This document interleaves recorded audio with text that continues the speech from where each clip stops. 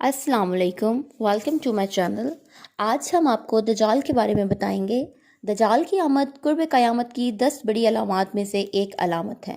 दज्जाल का फितना तारीख़ इंसानी की इब्तिदा से लेकर इंतहा तक की तमाम फितनों से बड़ा और ख़तरनाक फितना है, जिसकी बढ़ाई का अंदाज़ा इस बात से लगाया जा सकता है कि हर एक नबी ने अपनी अपनी उम्मत को दज्जाल के फितने से डराया।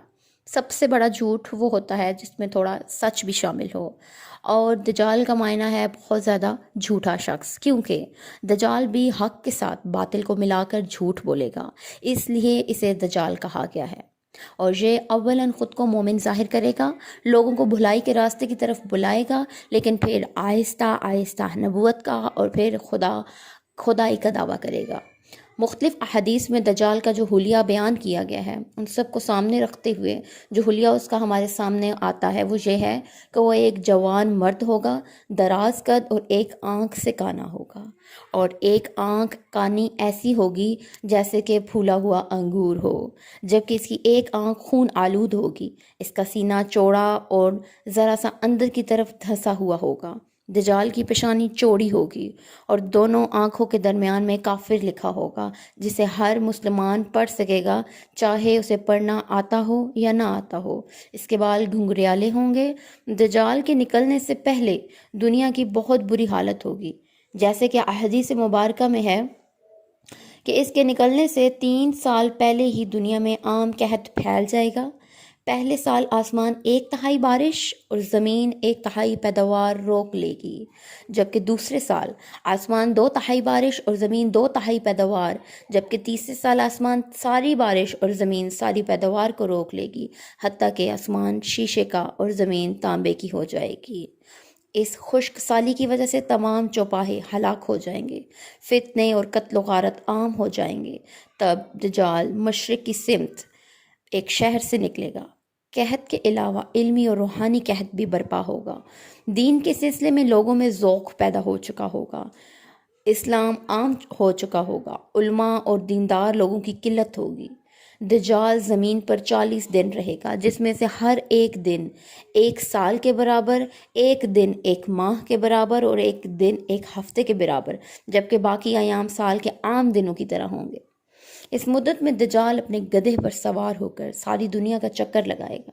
गधे का जोसा इतना बड़ा होगा कि दोनों कानों के दरमियान फासला 40 हाथ के बराबर होगा, और इस गधे की रफ्तार का आलम ये होगा कि वो एक कदम उठाएगा तो 1 मील की मुसाफत तय करेगा, और रोए ज़मीन का कोई मैदानी, सहराई और पहाड़ी इलाका ऐसा बाकी नहीं रहेगा जहाँ वो न जाए।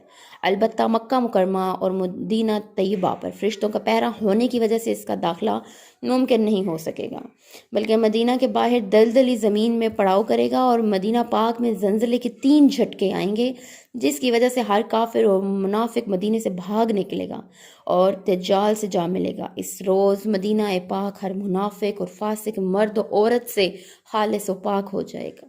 इसीलिए इस दिन का नाम यौमुल खल्लास भी है, और बाज़ रवायात के मुताबिक बैतुल मुक़द्दिस और कोह तौर पर भी नहीं जा सकेगा। दज्जाल तरह तरह के शौबतों के ज़रिए लोगों का ईमान बर्बाद करने की कोशिश करेगा, जबकि कमज़ोर ईमान वाले अपना ईमान बर्बाद भी कर डालेंगे। हज़ूर नबी करीम सल्लल्लाहु अलैहि वसल्लम ने फरमाया कि अगर कोई सूरह कहफ की पहली 10 आयात हिफ्ज़ कर लेगा तो वो दज्जाल के फितने से महफूज रहेगा। सही बुखारी 1883।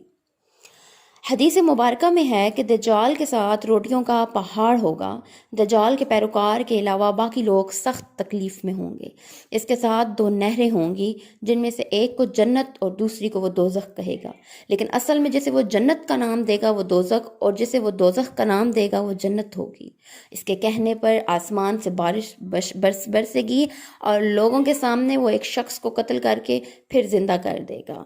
दज्जाल के फितनों की वजह से अहले ईमान सख्त परेशानी और तंगी के आलम में भागकर दुकान नामी एक पहाड़ में पनाह लिए होंगे, लेकिन दज्जाल इनका पीछा करके पहाड़ का घेरा कर लेगा। अहले ईमान सख्त भूख और तकलीफ़ में मुब्तला होंगे।